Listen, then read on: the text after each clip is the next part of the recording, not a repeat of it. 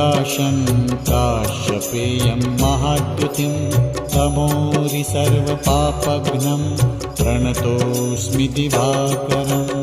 ॐ ह्रां ह्रीं ह्रौं स्वः सूर्याय नमः।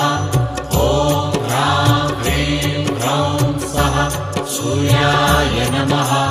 जपाकुसुमसङ्काशं काश्यपेयं महाद्युतिं तमोरि सर्वपापघ्नं प्रणतोऽस्मि दिवाकरम्।